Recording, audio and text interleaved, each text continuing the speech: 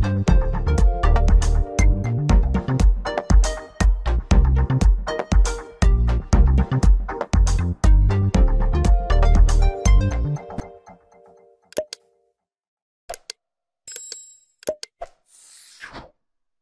hari ini kita bahas mengenai masalah menjadi manusia bebas. Karena sesuai dengan fitrahnya bahwa manusia itu memang diberikan kehendak bebas untuk memilih, untuk bertindak, untuk berpikir, untuk memutuskan segala sesuatu.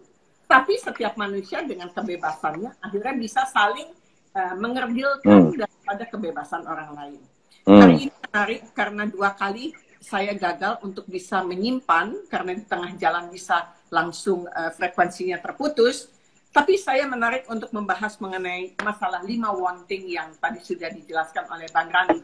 Kenapa menjadi penting wanting ini? Karena wanting ini adalah menjadi sesuatu kendala yang melekat pada banyak keinginan manusia.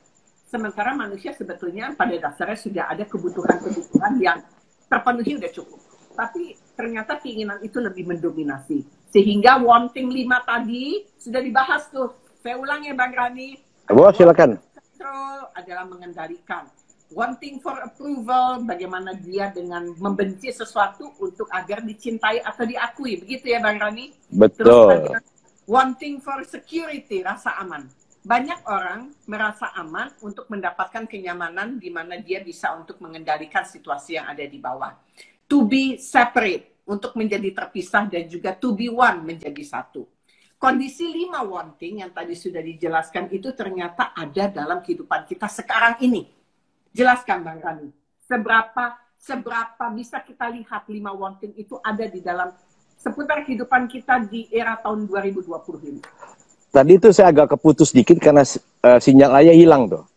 Iya. Tadi saya nggak tahu ada apa. Tapi tadi keputus. Tadi tengahnya apa ya kira-kira? Hanya tahu ujungnya doang tadi. Tadi bagaimana mengontraskan setiap rasa yang ada pada situasi atau seseorang atau mindfulness communication. Yeah. Tadi terakhir. Jadi pertama, ketika saya ingin mengontrol anak saya agar belajar, biasanya kita marah. Kamu tuh belajar dong. Kau tahu papa sudah susah nyari uang, gitu. Kita kan ingin memaksa dia segera mengikuti mau kita. Tanpa sadar, kita sedang mewariskan energi yang sama kepada anak kita. Nanti dia pun punya anak sama. Ini terus menurun. Nah, agar anak kita mau mengikuti kita, maka pada goalnya apa sih? Goalnya kalau orang belajar kan pintar. Kalau pintar dia jadi orang hebat.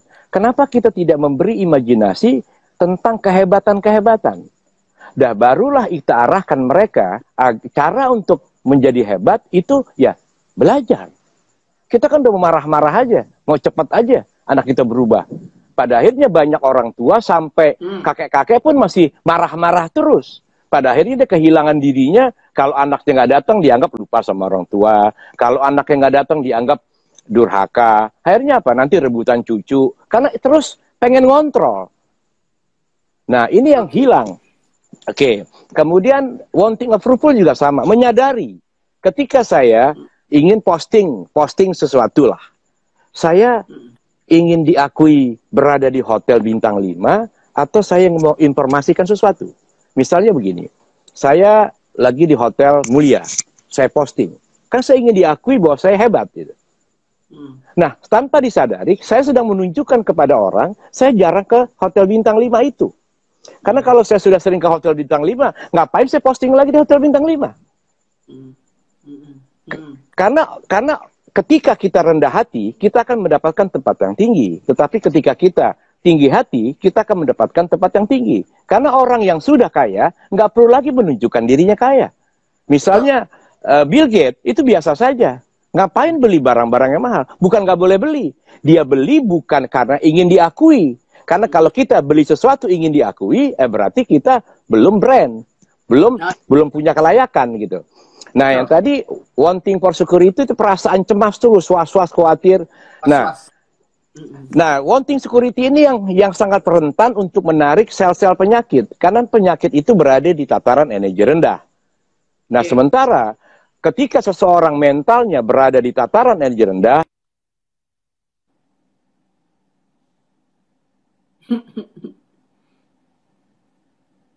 Mulai lagi. Wah, sayang.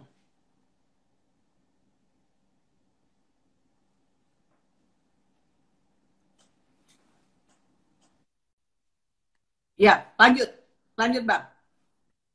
Ya. Jadi kalau bisa, di energi rendah, maka dia akan mudah, jadi dia itu tadi takut lemah, maka akan mudah menarik berbagai penyakit. Nah, sebenarnya orang Indonesia itu orang yang happiness gitu loh. Orang yang tidak punya standarisasi. Orang Indonesia itu nggak punya standarisasi, makanya dia tidak akan pernah mengalami krisis. Orang Indonesia tuh. Pada tahun 97, orang Indonesia, Lee Kuan Yew mengatakan Indonesia itu akan karam, selesai. Itu kata Lee Kuan Yew.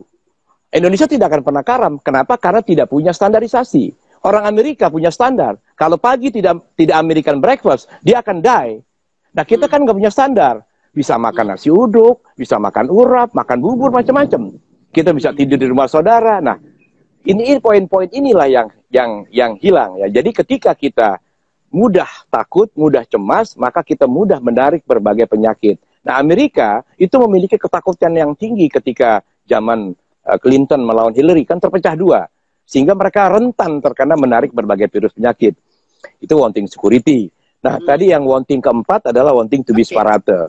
Oke, jadi itu kita merasa berbeda dengan orang lain. Gitu. Jadi orang-orang yang tertekan biasanya akan wanting to be separate ini. Nah, kalau berbicara suka ada tetapi, gitu loh. Kemudian kerap menjelekkan pihak lain, kemudian memusuhi, membenci. Ini wanting to be separate. Gitu loh. Jadi kelas-kelas. Jadi saya ini paling alim, saya ini paling dimuliakan Tuhan, gitu loh.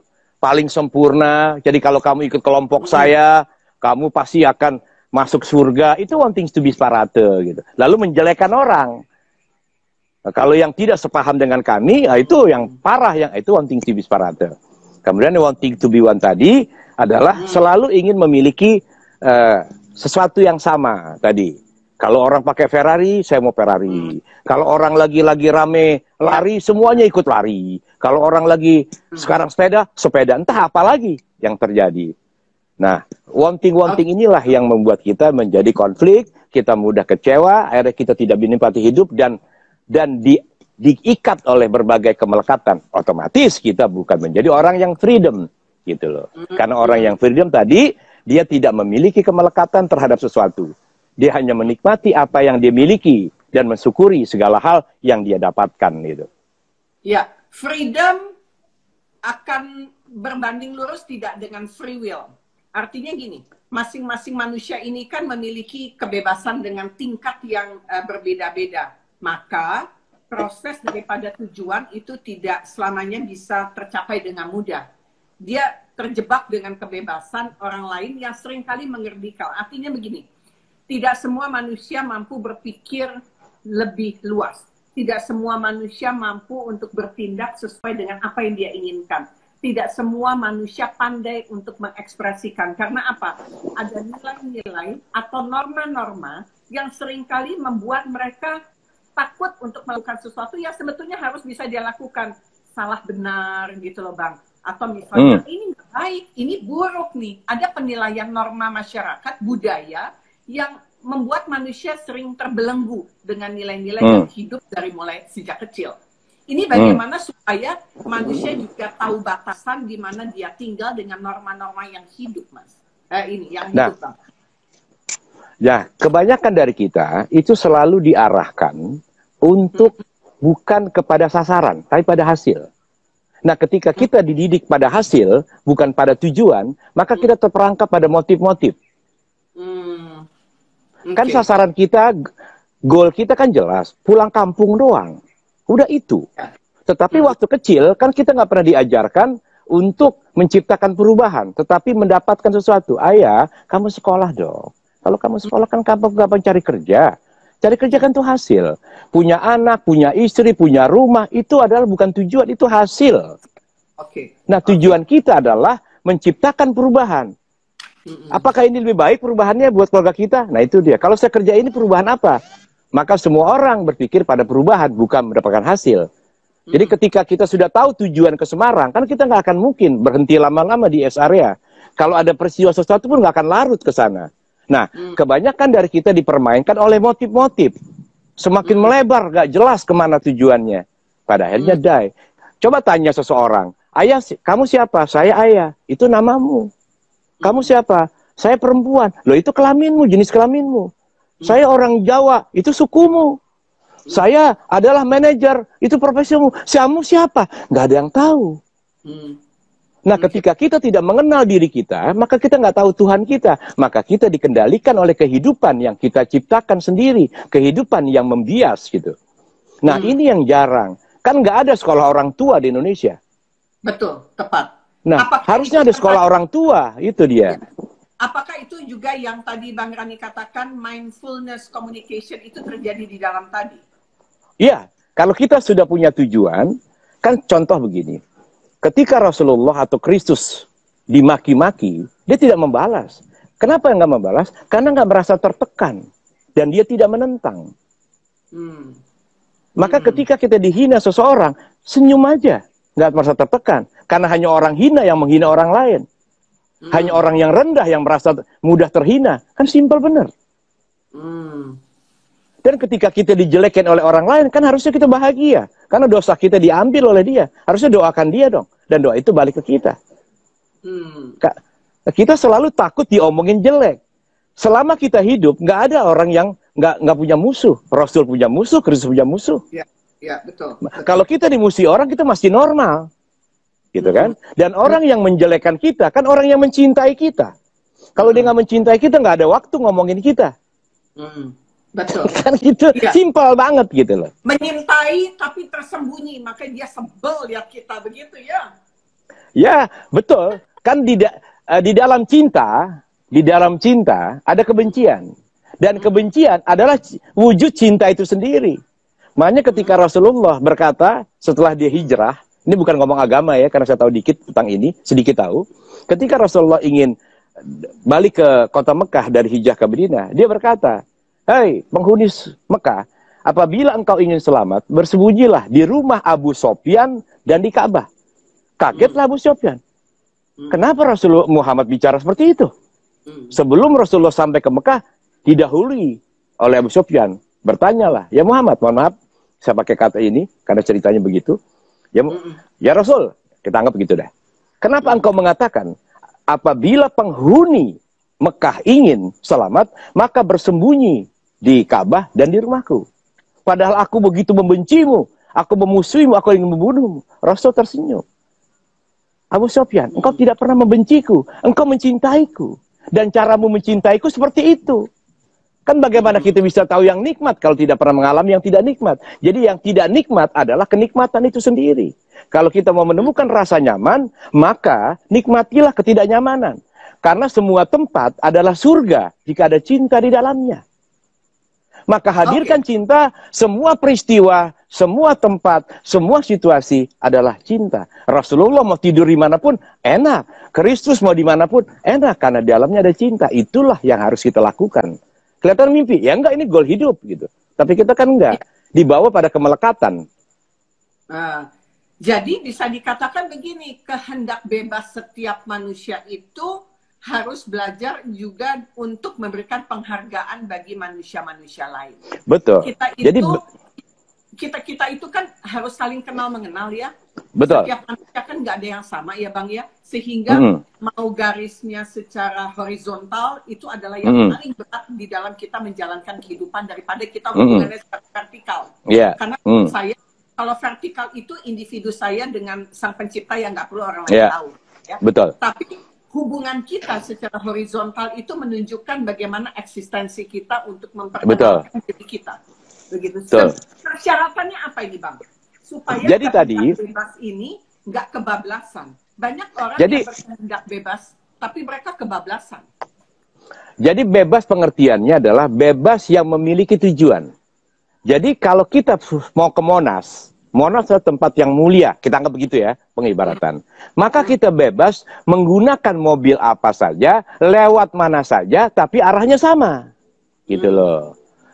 Kan sekarang kan Tuhan menciptakan banyak agama. ada Kristen, ada itu kan hanya cara untuk menemu Tuhan. Konflik terjadi kan orang jadi nggak bebas. Cara gue yang paling betul. Nah ini terjadi konflik itu. Jadi bebas itu adalah bagaimana kita memanifestasikan goal kita, tapi sesuai dengan arahan-arahan dia gitu. Makanya manusia itu harusnya tinggal ngikut aja, udah ada aturan kok. Semua sudah diatur oleh sang pengatur. Tugas kita hanya mengikuti aturan yang sederhana. Bagaimana caranya? Ikut saja kekasih-kekasihnya. Selesai kan itu. Mengikuti sama mencari seberapa besar harus dijalankan agar supaya tujuan sesuai dengan apa jadi diri kita. Saya ingat kata-kata Siddhartha Gautama. Siddhartha berbicara, kita baru menemukan apa yang kita cari setelah kita berhenti mencarinya. Sesungguhnya apa yang kita cari itu sudah ada di dalam diri kita. Bagaimana cara menemukannya? Selalulah berpikir untuk kepentingan dan keuntungan orang lain, maka Anda akan menemukan apa yang Anda cari. Simpel kan? Tapi kita kan nggak pernah berpikir untuk orang, kita berpikir untuk kepentingan kita, maka nggak pernah ketemu. Udah punya rumah 1, pengen 2, pengen 3, terus nggak pernah selesai. Oke.